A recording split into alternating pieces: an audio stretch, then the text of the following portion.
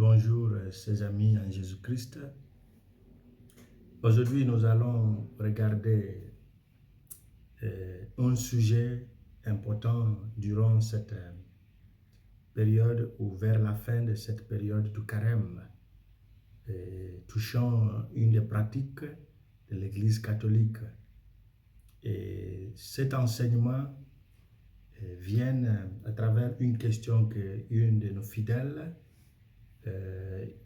une fidèle qui m'est très chère, voire une amie qui m'a posé cette question, à savoir qu'elle a fait un constat au niveau de l'église le dernier vendredi du carême, vendredi de la 5e semaine, qu'elle a constaté que les images, les statues, même la croix dans l'église ont été voilées par un vêtement de la couleur violette. Et qu'elle pense que c'est seulement le jour de vendredi saint où on voit la croix qui sera dévoilée pendant la célébration de la passion de Jésus. Et j'ai eu à lui donner des réponses pour lui dire que cette pratique est toujours là dans l'église, mais vu que peut-être elle n'est pas trop régulière, hors de la messe ou liturgie de la semaine, elle n'a pas pu remarquer. Et c'est pourquoi nous venons pour donner quelques explications liées à cette pratique. Et le thème sera la semaine sainte, pourquoi la croix et les statues des églises sont voilées. Et beaucoup de théologiens et beaucoup de prêtres ont donné des enseignements qui se trouvent partout sur le site chrétien catholique. Et peut-être si vous regardez l'Aletheia ou même le Zénith, la croix, vous allez voir beaucoup de choses autour de ce sujet. Pour donner une réponse très claire, et le crucifix, ce qui signifie la croix, ayant l'image de Jésus sur elle. C'est ça le crucifix. Les statues et les images des saints. Mais à l'exception du tableau ou des tableaux de chemin de croix sont recouvertes. Et si vous voulez, ils sont voilés durant cette période. Nous pouvons le faire au début du carême, mais il y a des réservations. Et c'est pourquoi la couleur autorisée ou recommandée, c'est la couleur violette. Un voile violet qui doit être opaque et qui doit être sans aucune broderie. Donc, ce n'est pas une chose qu'il faut bien décorer pour maintenant tirer l'attention vers le dessin, vers la beauté des choses déjà couvertes. La deuxième question, c'est quand? Dans la plupart des églises, vous pouvez constater qu'à partir de la 3e semaine ou du 3e dimanche, il y a des églises qui ont commencé à couvrir ou à voiler les statues. Vous pouvez le constater à partir du 5e dimanche, suite au dimanche de l'Étare. Il y a aussi ceux qui réservent cette pratique au lundi de la Semaine Sainte, ou bien le jour même de Passion, ça veut dire le dimanche des Rameaux. D'autres aussi attendent le jeudi saint pour faire cette pratique et voiler les statues en même temps que le dépouillement de l'autel après le transfert du Saint-Sacrement au reposoir où il restera jusqu'au lendemain. Mais pourquoi?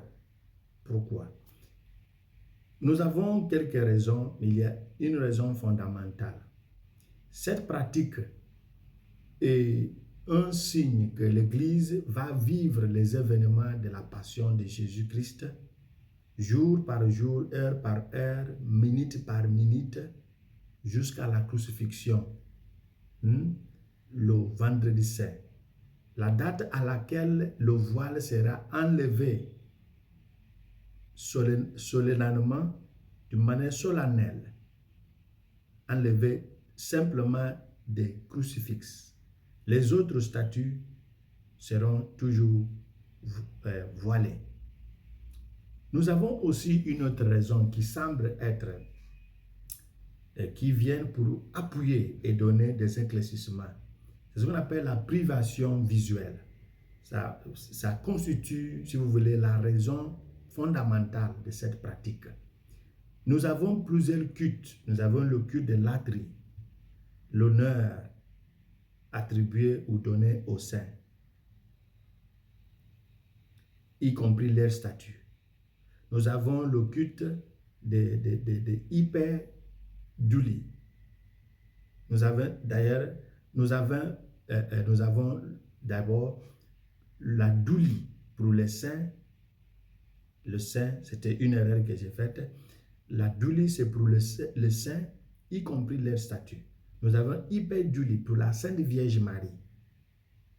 Et en dernière position, c'est le culte de latrie réservé à Dieu, que ce soit Dieu le Père, le Fils et l'Esprit Saint, et tout ce qui constitue leur culte. Maintenant, si nous allons voiler les statues, y compris l'image de la Vierge Marie, sans mettre un siège ou bien une bougie, le but est d'interrompre le culte des saints pour ne plus que faire allusion ou se concentrer sur le Seigneur qui avance vers sa passion. On a couvert les autres images pour que nous puissions nous focaliser, concentrer sur le culte de Jésus-Christ qui est au centre de la Semaine Sainte.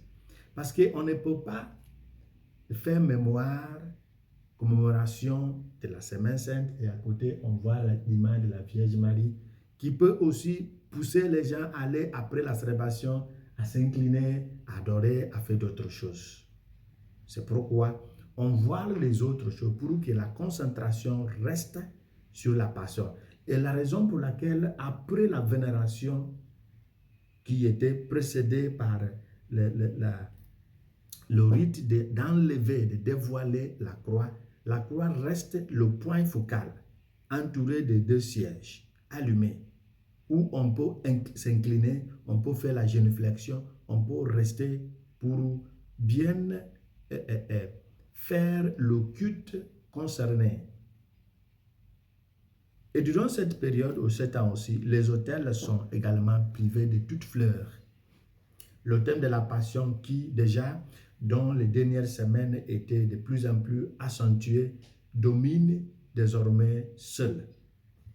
On ne parle pas d'autre chose, on ne parle que la passion de Jésus.